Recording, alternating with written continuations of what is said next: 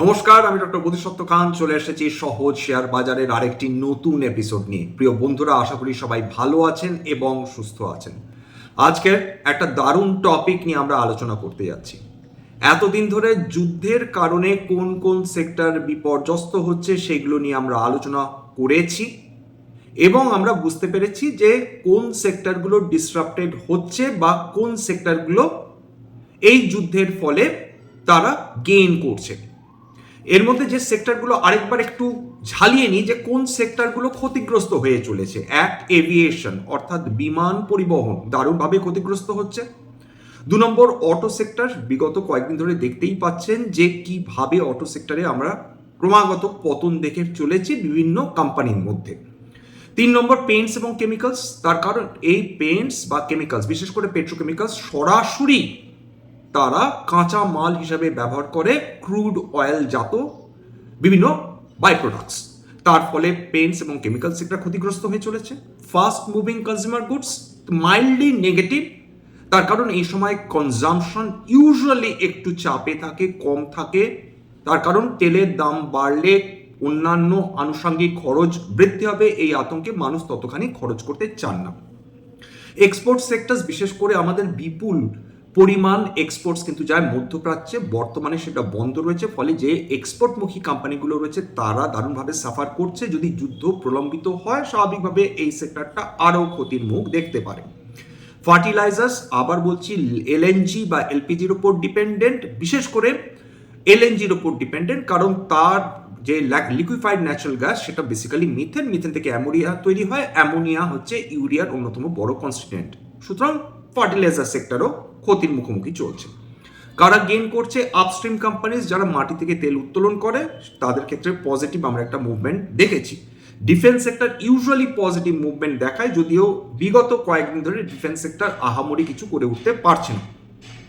Renewable energy, সেটা strong positive একটা movement আমরা প্রত্যাশা করতেই পারি, কারণ যত আমাদের এনার্জি ক্রাইসিস তৈরি হবে তত কিন্তু আমাদের রিনিউয়েবল এনার্জির ওপরই ডিপেন্ডেন্ট হতে হবে। বিশেষ করে ফসিল ফুয়েলের যদি আমরা পর্যাপ্ত পরিমাণ না পাই, সেক্ষেত্রে আমাদের রিনিউয়েবল এনার্জিতে শিফট করতে হবে।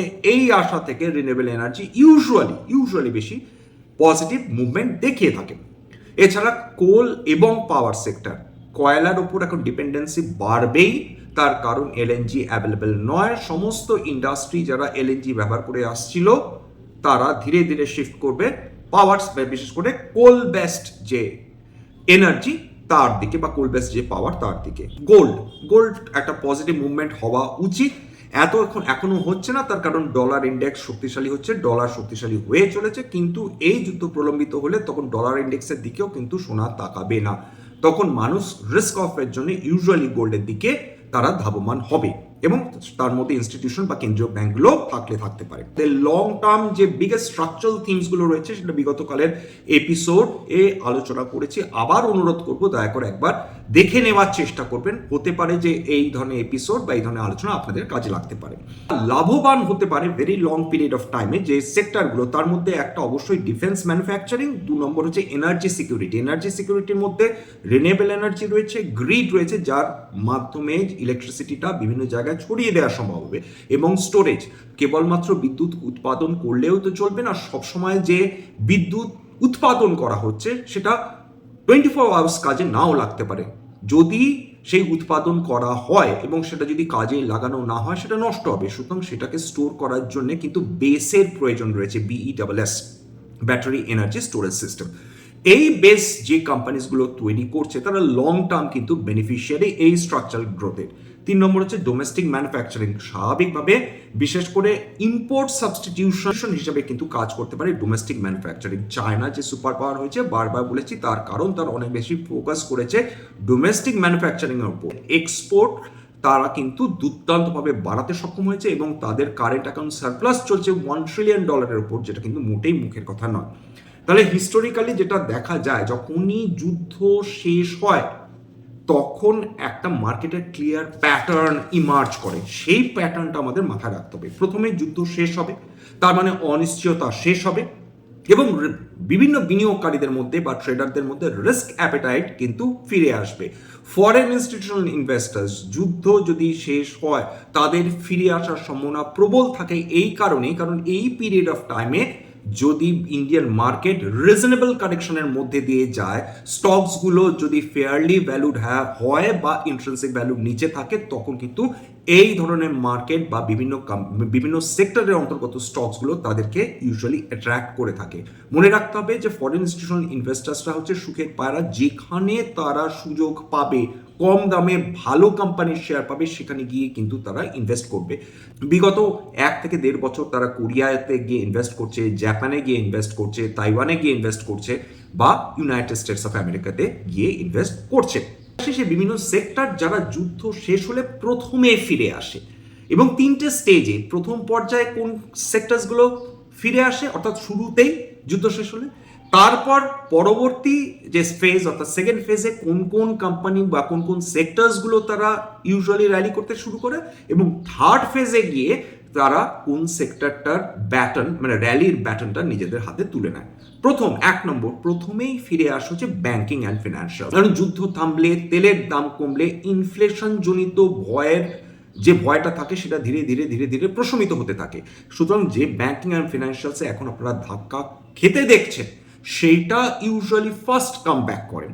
তার কারণ যখনই যুদ্ধ শেষ হবে সেখানে ক্রেডিট গ্রোথ বৃদ্ধি হওয়ার সম্ভাবনা 1 নম্বর। 2 নম্বর, দ্বিতীয়বারের জন্য বা নতুন করে ইনভেস্টমেন্ট সাইকেল শুরু হয়, মানুষজন বিনিয়োগ করা শুরু করেন। 3 নম্বর, ইকোনমিক কনফিডেন্স ফিরে পান মানুষ, এবং ঠিক একই কারণে সেখানে লোন বুক বৃদ্ধি হতে থাকে বিভিন্ন ফিনান্সিয়াল কোম্পানিজ বা বিভিন্ন ব্যাংকিং কোম্পানিজ। এর লজিকটা বলে নি, তার আগে লজিকটা হচ্ছে যে ইকোনমি যখন কিক স্টার্ট করবে তখন মানি ফ্লো শুরু হবে, এবং খুব স্বাভাবিকভাবে প্রথম বেনিফিশিয়ারি হয় কিন্তু ফিনান্স সেক্টর।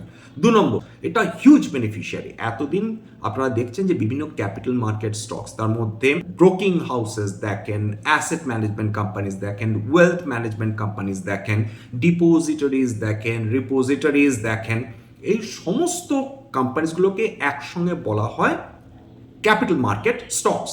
যখন মার্কেটের অবস্থা খারাপ হয়, মার্কেটে কারেকশন হতে থাকে, তখন ক্যাপিটাল মার্কেট কোনোভাবে ভালো করতে পারে না। তার কারণ বিনিয়োগকারীরা বিনিয়োগ কমিয়ে দেন বা বিনিয়োগকারীরা তাদের টাকা বাজার থেকে তুলে নিতে থাকেন, তার ফলে তার চাপ সরাসরি পড়ে বিভিন্ন ব্রোকিং হাউসেসের। কারণ যত বেশি ভলিউমে ট্রেড হবে তত তাদের ব্রোকারেজ বাড়বে, কিন্তু ভলিউম অফ ট্রেড যদি কমে যায় তাদের ব্রোকারেজ স্বাভাবিকভাবে কমবে, তাদের প্রফিটেবিলিটি কমবে।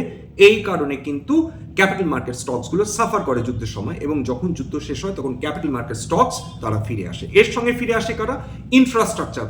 তখন সরকার নতুন করে কনসেন্ট্রেট করতে পারেন ইনফ্রাস্ট্রাকচার ডেভেলপমেন্টের জন্য। ভারতবর্ষকে এর আগেও আলোচনা করেছি যে অত্যন্ত শক্তিশালী একটি অর্থনীতি যদি হয়ে উঠতে হয়, যদি সুপার পাওয়ার হয়ে উঠতে হয়, সেক্ষেত্রে ভারত সরকারকে ইনফ্রাস্ট্রাকচার স্পেন্ডিং করতেই হবে। হ্যাঁ, প্রাইভেট ক্যাপেক্স তো থাকবেই, কিন্তু সরকারের ভূমিকা একটি দেশের সুপার পাওয়ার হওয়ার ক্ষেত্রে অপরিহার্য, এটা কখনোই অস্বীকার করা যাবে না। ইনফ্রাস্ট্রাকচার স্পেন্ডিং, ম্যানুফ্যাকচারিং ক্যাপেক্স এবং পাওয়ার প্রজেক্টস, এই 3টের ওপর ফোকাস তখন সরাসরি চলে আসবে।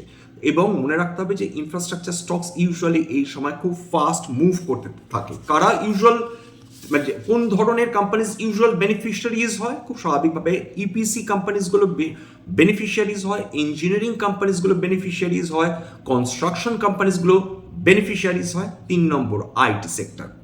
এবার আইটি সেক্টরে বিগত 1.5 বছর ধরে আমরা দারুণ পতন দেখেছি, এবং আইটিতে যে কারেকশন এসছে সেটা মূলত এসেছে আর্টিফিশিয়াল ইন্টেলিজেন্স বুমের কারণে। এই ক্ষেত্রে আইটি কি ফিরে আসার সম্ভাবনা রয়েছে? উত্তর হচ্ছে আইটি ডেফিনেটলি ফিরে আসতে পারে যদি যুদ্ধ শেষ হয়। আমেরিকা যদি তারা ইরানের ওপর গোলাগুলি করা বন্ধ করে, তবে সেখানকার ক্লায়েন্টরা কনফিডেন্স পাবেন, তারা কিন্তু ইনফরমেশন টেকনোলজি রিলেটেড খরচ বৃদ্ধি করবেন, এবং এই ক্ষেত্রে বিশ্বের অন্যতম সেরা ইনফরমেশন টেকনোলজি ইনফ্রাস্ট্রাকচার কাদের রয়েছে? ভারতবর্ষের কাছে রয়েছে, বিভিন্ন কোম্পানিজের কাছে রয়েছে। সুতরাং ক্লায়েন্টরা আবার ফিরে আসবেন, এবং সেক্ষেত্রে ক্লায়েন্টরা কি দেখবেন?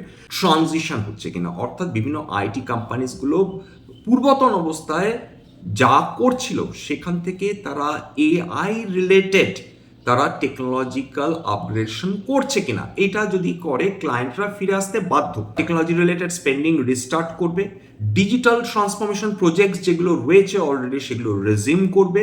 3 নম্বর, ইউনাইটেড স্টেটস অফ আমেরিকা, তাদের ক্ষেত্রে যদি রিসেশনের ফিয়ার কমে তবে কিন্তু আইটি সেক্টর ফার্দার র্যালি করার সম্ভাবনা রয়েছে।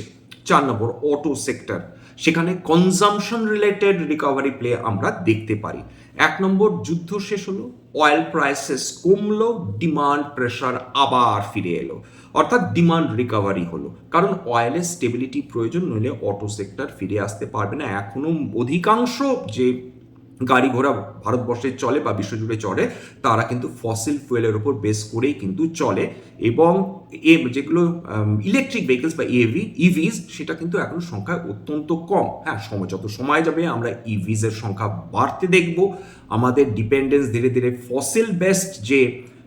ফসিল ফুয়েল বেসড যে গাড়িগুলো রয়েছে তার উপর ডিপেন্ডেন্স কমবে, কিন্তু সেটা সময় লাগে, সময় সাপেক্ষ। তার ফলে তেলের দাম কমলে, যুদ্ধ কমলে অটো সেক্টর বেনিফিশিয়ারি হবে। Passenger vehicles, two wheeler vehicles, commercial vehicles সব কিছুতেই কিন্তু একটা উৎসাহ ফিরে আসার সম্ভাবনা তখন বৃদ্ধি পায়। 5 নম্বর, কেমিক্যাল এবং স্পেশালিটি ম্যানুফ্যাকচারিং। আমরা যে কেমিক্যাল নিয়ে কথা বলছি সেটা ইউজুয়ালি আমরা রেফার করছি স্পেশালিটি কেমিক্যাল, যেগুলো খুব কমপ্লেক্স কেমিক্যাল প্রোডাক্টস তৈরি করে। বাল্ক কেমিক্যালস যেমন হচ্ছে আমাদের সাবান, এগুলো ভীষণ বাল্ক কেমিক্যালস, প্রচুর পরিমাণ তৈরি হয়, দাম ভীষণ কম। কিন্তু স্পেশালিটি কেমিক্যালস রয়েছে যেটা তৈরি করতে হাই টেকনোলজিক্যাল নো হাওয়ের প্রয়োজন রয়েছে, কমপ্লেক্স কেমিস্ট্রি ইনভলভ রয়েছে, এবং পেট্রোকেমিক্যালস বিশেষ করে সেগুলো স্পেশালিটি কেমিক্যালস। সেইটা যুদ্ধ বন্ধ না হলে, তার কাঁচামাল সেটা যদি ঠিকঠাক করে সরবরাহ না করা হয়, স্বাভাবিকভাবে তার দাম বৃদ্ধি হবে। কিন্তু যুদ্ধ থামলে এইগুলো ইজিলি অ্যাভেলেবেল হবে, আমরা অনেক বেশি এক্সপোর্ট করতে পারবো। এখন যে অবস্থা ফেসটা চলছে বুঝতেই পারছেন যে স্পেশালিটি কেমিক্যালসও তারা ডিপেন্ডেন্ট থাকার ফলে, বিশেষ করে এই প্রোডাক্টসের উপর ডিপেন্ডেন্ট থাকার ফলে তার উপরও চাপ পড়ছে। এবার 6 নম্বর, এভিয়েশন এবং লজিস্টিক্স। তেলের দাম ঊর্ধ্বমুখী থাকলে এভিয়েশন কস্ট বাড়ে।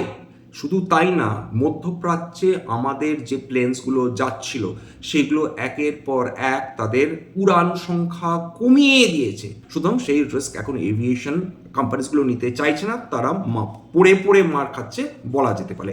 যুদ্ধ শেষ হলে ফুয়েল প্রাইস স্টেবিলিটি এলে ট্রাভেল ডিমান্ড বুম করবে, কার্গো গ্রোথ বুম করবে, এভিয়েশন এবং লজিস্টিক্স তাদের ফিরে আসার সম্ভাবনা বেড়ে যায়। এবার যারা স্মার্ট ইনভেস্টার্স প্রথম ফেজে তারা কি দেখেন, প্রথম ফেজে ইমিডিয়েটলি প্রথম 3 মাসের মধ্যে যুদ্ধ শেষ হওয়ার মধ্যে banks, capital markets, infrastructure. Stage 2 আস্তে আস্তে আস্তে স্টেবিলিটি এলো, তারপর মানুষজন একটু ভরসা পেলেন যে আর হঠাৎ করে যুদ্ধ ফ্লেয়ার আপ করছে না। এটা ইউজুয়ালি সেকেন্ড ফেজে চলে আসে, অর্থাৎ মাস 6-12 মাসের মধ্যে এটা চলে আসে। তখন অটো রিকভার করে, কনজামশন থিম রিকভার করে, রিয়েল এস্টেট রিকভার করে। স্টেজ 3 এটা সবার শেষে সব কিছু হয়ে গেল, গন্ডগোল থেমে গেল, এরা একটু স্কেপটিক্যাল এই ধরনের সেক্টরসগুলো। এর মধ্যে রয়েছে আইটি রয়েছে, ম্যানুফ্যাকচারিং রয়েছে, এক্সপোর্টমুখী যে সেক্টরসগুলো রয়েছে তারা সবাই ইনভলভ থাকে। স্ট্যান্ডার্ড ডিসক্লোজার যে সেক্টরসগুলো নিয়ে আলোচনা করলাম খুব স্বাভাবিকভাবে তার মধ্যে কয়েকটা কোম্পানিতে আমার বা আমার পরিবারের ভেস্টেড ইন্টারেস্ট থাকলেও থাকতে পারে। স্ট্যান্ডার্ড ডিসক্লেমার, এটা কেবলমাত্র একটা এডুকেশনাল চ্যানেল। বাঙালি বিনিয়োগকারীদের ইনভেস্টর ম্যানেজ বৃদ্ধির জন্য এখানে কোনো ধরনের কোনো শেয়ারে buy sell recommendation, suggestion, advice এমনকি ইনফ্লুয়েন্স করার প্রচেষ্টা নেই। আমার কথা শুনে যদি কোনো অ্যাসেট বা কোনো শেয়ারের ব্যাপারে আপনারা বাই সেল সিদ্ধান্ত নেন, ক্ষতির মুখোমুখি হতে পারেন। সুতরাং সবসময় একজন সেবি রেজিস্টার্ড ইনভেস্টমেন্ট অ্যাডভাইজারের পরামর্শ নেওয়ার চেষ্টা করবেন বা নিজের ডিউ ডিলিজেন্স করবেন, সেক্ষেত্রে আপনারা উপকৃত হলেও হতে পারে।